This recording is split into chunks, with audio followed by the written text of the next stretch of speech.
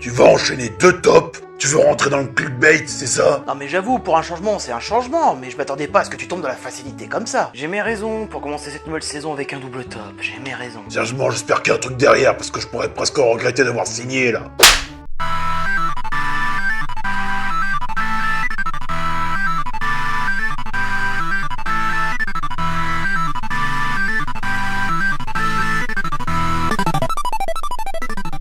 Bonjour à tous amis lecteurs, vous regardez cet épisode de Geek Librairie, et comme vous le savez, cet épisode fait la suite directe de cet épisode dont je mets le lien ici. Si vous l'avez pas vu, allez le voir et revenez après. Mais revenez, je compte sur vous. Comme vous l'avez remarqué dans l'épisode précédent, je n'ai présenté que des hommes écrivant de la SFFF. On va dire que j'avais une idée derrière la tête depuis le début. Ne me remerciez pas. Et encore une fois, dans cet épisode, je vais parler de beaucoup de personnes qui sont passées par Walrus. Ouais, encore. Ma vie pour Nerdule, Walrus. Et je vais commencer par Cécile Duquesne. Cécile Duquesne est une des personnes qui à l'heure actuelle monte beaucoup dans le monde littéraire français. Et croyez-moi, ce n'est pas peu dit. On peut la retrouver dans le fantastique avec les nécrophiles anonymes, que je conseille vivement d'ailleurs. Les Foulards Rouges, d'ailleurs beaucoup l'ont connu avec ça, mais aussi quelques autres écrits tels que La Tour ou Pur Espace que je vous laisserai chercher. Une chose que j'ai beaucoup appréciée chez Cécile Duquesne, c'est le fait qu'elle soit sur YouTube. Oui, nous avons là une auteure qui est proche de son lectorat et qui parle à ses abonnés. Et pourquoi je vous conseille Cécile Duquesne au final? Parce que, tout simplement, je pense que c'est à l'heure actuelle une des rares auteurs qui pourra percer ce plafond de verre qui est mis en place par les médias. D'ailleurs, elle le percera d'une manière ou d'une autre. Je ne sais pas où je serai dans 10 ans, mais j'espère vraiment voir Cécile Duquesne avec beaucoup plus de notoriété qu'elle l'a maintenant. Et là, je vais parler d'une autre personne aussi qui a posé un petit texte chez Walrus. Aude Senga. Alors je vous avertis tout de suite, ce qu'écrit Aude Senga n'est pas à mettre entre toutes les mains. Il paraît que les filles doivent écrire des trucs jolis, tout en douceur et sans gros mots, parce que ça fait tâche. J'aimerais savoir comment on se sent quand on satisfait ces conditions. Malgré les horreurs que je peux compter, cannibalisme, nécrophilie, enfant tueur, enfant mort, parfois tout en même temps, je soigne ma plume afin de ressembler à une fille. Je crois que ça fonctionne. Mes récits prennent corps dans un univers fantastique léger et contemporain, avec des rares virées dans l'anticipation. Amateur de choses bien trashouilles, je pense que Aude Senga aura peut-être le texte qui vous conviendra. Et d'ailleurs, pourquoi je vous conseille Aude Senga? Ça se résume en 2 mots. I Hitler. Et c'est le point Goldwyn. Bon, plus sérieusement, je pense que cette nouvelle disponible chez les éditions Luciférine vaut un grand détour. Pour plaisir au mieux de son humour grinçant et désopilant. Surtout quand ça parle d'Adolf Hitler qui se réincarne en chat bien aigri. Et rien que pour ça, je le reconnais, j'avais envie de parler d'elle dans ce numéro. Mais là encore, je vais parler d'une autre personne qui a publié chez Walrus, bien que ce ne soit pas la majorité de ses textes. Beaucoup la connaissent déjà, je veux bien sûr parler de Nathalie Do. N'oubliez pas, Walrus sait ce que vous faites, tout le temps, à chaque instant, en permanence. Mais si j'avais envie de parler de Nathalie Do, c'est pour de multiples raisons, et croyez-moi, ce n'est pas une mince affaire. En fait, je triche un petit peu parce qu'elle est très connue dans le milieu.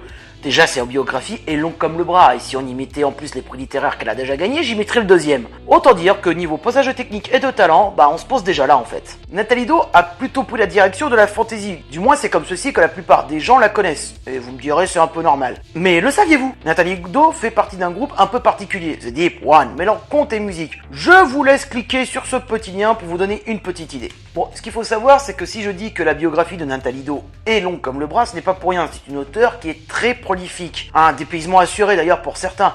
D'ailleurs, je trouve qu'on parle pas assez de fantaisie française, mais ça j'ai déjà fait la remarque dans le numéro précédent, et je trouve que c'est encore une bonne occasion d'en parler. Toutes ces raisons font que si vous avez encore une auteure de SFFF à conseiller, je pense que Nathalie Do fera partie des noms qui pourraient ravir votre entourage. La personne dont je vais parler maintenant n'a pas écrit chez Walrus, et peut-être qu'un jour elle le fera, d'ailleurs ce serait pas mal. Mais j'estime qu'il est de mon devoir de donner un petit coup de main à une jeune auteure qui mériterait, je pense, un peu plus de considération. Je veux parler de Louise Rouillet. Il faut savoir que, évidemment, Louise Rouillet n'a pas encore un bagage littéraire aussi fourni que Nathalie Do, c'est vrai. Mais je pense qu'elle continuera à écrire un bon moment, parce qu'elle a su mêler l'art de la satire avec le mythe grec. Ce qui n'est pas toujours facile, car on peut facilement penser comme ceci. Encore de la tragédie grecque, ça va être chiant.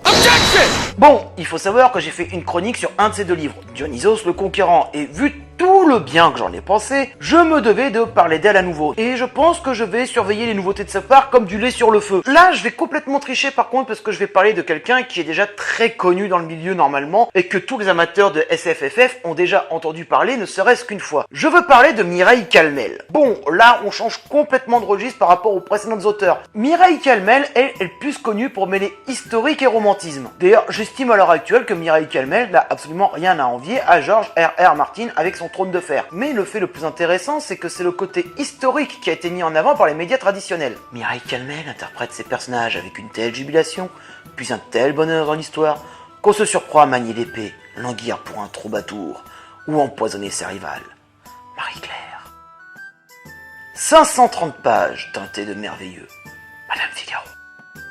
La plume miraculeuse de Mireille Calmel, le ton de l'écrivain est piquant, poétique, sensuel, épique. Il lui ressemble, elle. Un roman magique. Le Parisien.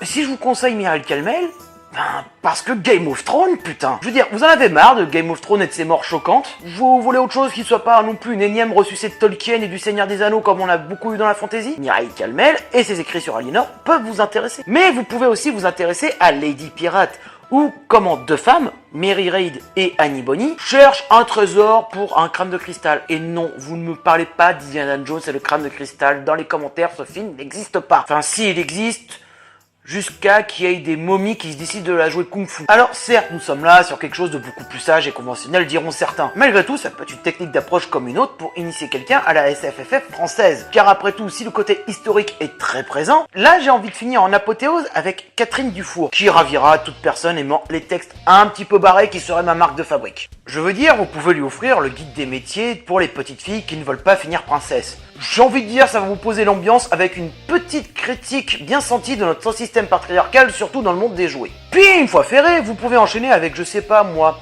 Outrage et rébellion, ou comment dans une Chine futuriste digne de Mao, un étudiant survolté réinvente le rock pour espérer faire chuter la dictature. Ou bien Blanche-Neige et les lance-missiles qui revisitent les contes de notre enfance d'une manière bien plus personnelle. Tout simplement parce que dans ce livre, je sais pas, Blanche-Neige devient une dictatrice digne de Kim Il-sung et de Kim Jong-un, que la Belle au bois dormant devient lesbienne, et aussi Podane qui se barre avec le prince charmant. Ouais, ça me paraît pas mal comme idée. Vous l'aurez compris, la SFFF est un monde vaste, et on y trouve de tout. Je reconnais que j'y ai mis beaucoup de personnes liées de près ou de loin à voile russe.